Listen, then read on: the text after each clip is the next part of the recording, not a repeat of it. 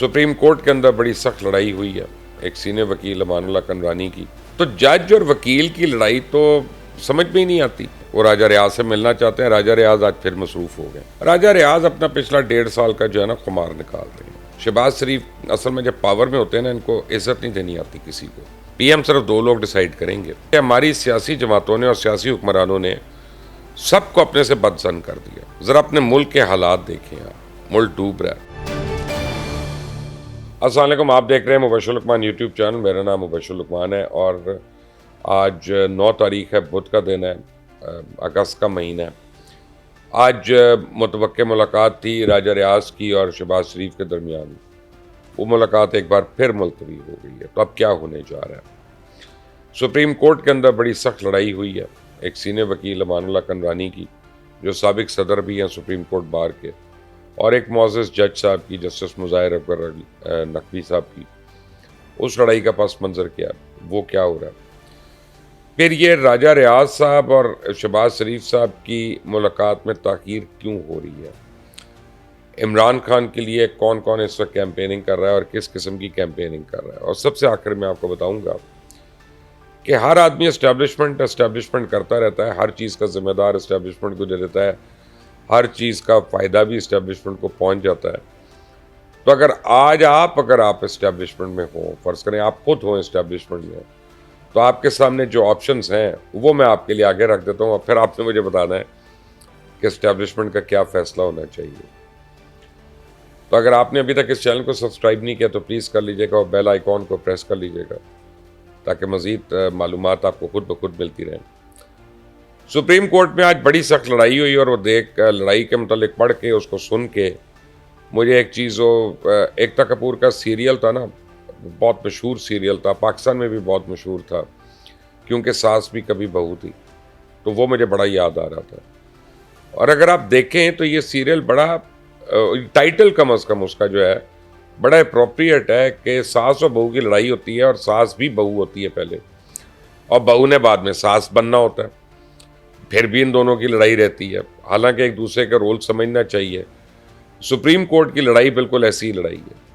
آپ یہ دیکھیں کہ جج صاحبان کون ہوتے ہیں؟ جج صاحبان وکیل ہوتے ہیں، وکلا ہوتے ہیں، جو بعد میں بڑی محنت کر کے پھر وہ جج بنتے ہیں اور پھر وہ ڈفرینٹ کورٹس میں پروموٹ ہوتے رہتے ہیں. تو جج اور وکیل کی لڑائی تو سمجھ میں ہی نہیں آتی. یہ مجھے ایک دفعہ جو ہے الطاف حسین نے ایک دفعہ یہ بات سمجھائی تھی کہ یہ کیوں بڑی عجیب سی لڑائیاں ہوتی ہیں. یعنی انہوں نے مجھے کہا کہ، اور یہ لنڈن میں ان کے وہاں پہ آفس میں تھا، متحدہ قومی موومنٹ کے جو روح رواں ہیں، یعنی اوریجنل بانی. تو ان سے میری بات ہوئی تو میں نے کہا یہ مہاجر کی اور پٹھان کی لڑائی کیوں ہو رہی ہے؟ کہتے ہی تو ہونی ہی نہیں چاہیے. میں نے کہا کیوں نہیں ہونی چاہیے؟ ان کا پٹھان یہاں پہ آتا ہے کاروبار کرنے، کوئی چائے کا سٹال لگاتا ہے، کوئی بس چلاتا ہے، کوئی ویگن چلاتا ہے اور محنت مزدوری کرتا ہے، اور مہاجر اس کا کلائنٹ ہے. مہاجر نے چائے کی پیالی پینی ہے، مہاجر نے اس بس میں سفر کرنا ہے، مہاجر نے اس کی سروسز یوز کرنی ہے. تو ان دونوں کا تو تضاد ہونا ہی نہیں چاہیے، لیکن ہے، اور اس کی کئی ایک لمبی وجوہات ہیں. تو اسی طرح ساس اور بہو کا تضاد نہیں ہونا چاہیے، وکیل اور جج کا نہیں ہونا چاہیے. اختلاف ہو سکتا ہے، تضاد نہیں ہونا چاہیے. بہرحال وہ آج آ گیا، کھل کر سامنے آیا. تو آج یہ لڑائی ہو گئی سپریم کورٹ میں. پتہ نہیں کون صحیح کہہ رہا تھا، کون صحیح نہیں کہہ رہا تھا. ان میں سے ہمارے لیے دونوں قابل احترام ہیں. اور میں یہ سمجھتا ہوں کہ جو وکلا ہیں اور جو ججز ہیں وہ ہمارے، یعنی آپ سمجھیں ان سے زیادہ پڑھا لکھا کون ہوگا؟ اور یعنی اگر ہمارے پڑھے لکھے لوگ، عالم لوگ آپس میں لفظوں کی حرمت کو نہیں سمجھیں گے تو پھر نیچے تو اللہ ہی حافظ ہے. تو جتنی جلدی یہ چیز ختم ہو جائے اتنا بہتر ہے. یہی شہباز شریف بھی چاہتے ہیں کہ ذرا جلدی ختم ہو جائے. وہ راجہ ریاض سے ملنا چاہتے ہیں. راجہ ریاض آج پھر مصروف ہو گئے. راجہ ریاض اپنا پچھلا 1.5 سال کا جو ہے نا خمار نکالتے ہیں. خمار کہہ لیں، ابھار کہہ لیں، غصہ کہہ لیں، جو مرضی کہہ لیں. شہباز شریف اصل میں جب پاور میں ہوتے ہیں نا ان کو عزت نہیں دینی آتی کسی کو.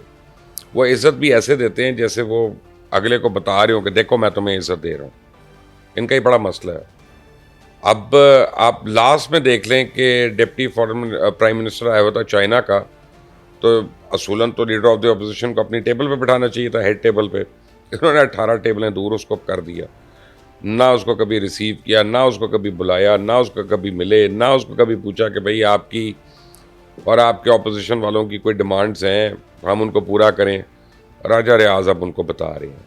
کیونکہ ایک بات اپنے ذہن میں رکھیں، کون آصف علی زرداری کا نامزد پی ایم ہے، کون نواز شریف کا نامزد پی ایم ہے، کون فضل الرحمان کا، کون کسی اور کا نامزد پی ایم ہے.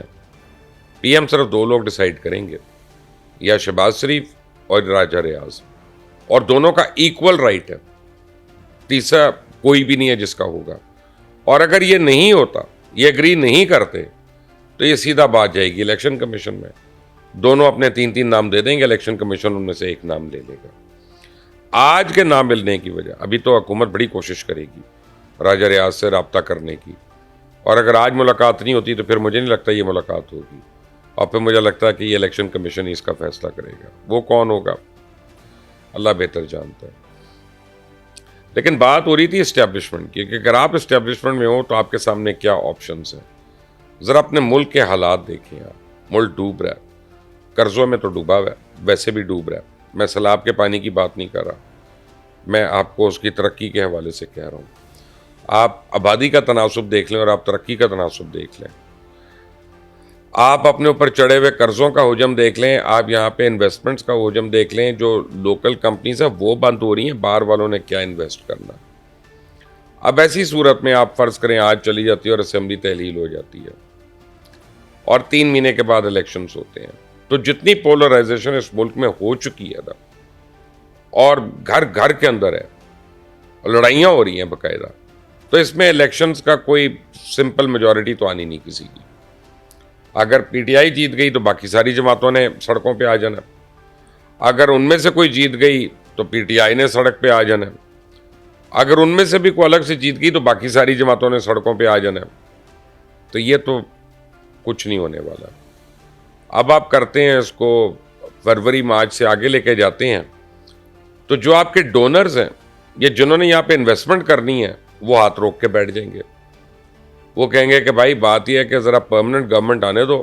آج فرض کرو تم نے ہم سے معاہدہ کیا کہ اسلام آباد ایئرپورٹ بھلے تم نے $10 بلین پہ ہمیں دیا، بھلے تم نے $100 بلین پہ ہمیں دیا، کل کو پارلیمنٹ آئے گی اور اس کو انڈو کر دے گی، یا کابینہ کہے گی انٹرم کے پاس یہ اختیار ہی نہیں تھا، پارلیمنٹ اس کے اوپر نیا بل دے دے گی اور وہ ہم سے لے لے گی، تو آپ کی ساری انویسٹمنٹ رک جائے گی انٹرم کے ٹائم پہ. آپ 1 سال کے بعد کراتے ہیں. اگر آپ مارچ سے آگے لے کے جاتے ہیں تو مارچ میں آپ کی سینٹ جو ہے اس کی نشستیں خالی ہونا شروع ہو جاتی ہیں، اور کوئی آئین ہی نہیں آپ کا آ رہا ہوگا، بن رہا ہوگا. ایک آئینی بحران اس ملک میں شروع ہو جائے گا. سو یقین مانیں اس وقت اس ملک کو چلانے کا کوئی آسان سولوشن نہیں ہے. اور اس کی سب سے بڑی وجہ یہ ہے کہ ہماری سیاسی جماعتوں نے اور سیاسی حکمرانوں نے سب کو اپنے سے بدظن کر دیا. کل جو بلاول بھٹو زرداری نے نیشنل اسمبلی میں کہا کہ میرے اور مریم کے لیے آپ نے کیا چھوڑا، تو بیسیکلی انہوں نے یہی کہا نا کہ یوتھ جو ہے اس ملک کی 60-62-63% ہے. ایک تو آپ اس کو موقع ہی نہیں دیتے، دوسرا آپ چھوڑ کے کیا جا رہے ہیں کہ وہ آگے آگے کھیلیں یا کام کریں کوئی. اور سب سے بڑی بات جو آپ کی لیگیسی ہے وہ یہ ہے کہ لوگ سیاستدانوں سے نفرت کرنا شروع ہو گئے. وہ صرف عمران خان کے حمایتی نہیں، ہر ایک کے حمایتی. کوئی کسی کو برداشت ہی نہیں کر رہا، کوئی کسی کو ٹالریٹ ہی نہیں کر رہا. اور یہی انٹالرنس کی فضا جو ہے ہمارے مذہب کے اندر بھی ہے، ہماری اربن رورل ڈیوائڈ بھی ہے اس پہ، ہماری اس پہ ذات اور برادری اور یہ سب اس میں ڈیوائیڈڈ ہے. کیا بنے گا اس ملک کا؟ کبھی یہ میں سوچتا ہوں تو مجھے خوف آتا ہے، بہت شدید خوف آتا ہے. کاش ہمارے ملک میں لوگوں کو سمجھ آ جائے کہ یہ ملک ہے تو ہم سب ہیں، یہ ملک خوشحال ہے تو ہم سب خوشحال ہیں. لیکن ہم یہاں اپنے ڈھکوسلے نعروں سے اور اپنی سیاسی لڑائیوں سے ہمیں فرصت ہو تو ہم اس ملک کا سوچیں. آپ بھی سوچیے گا. اللہ حافظ.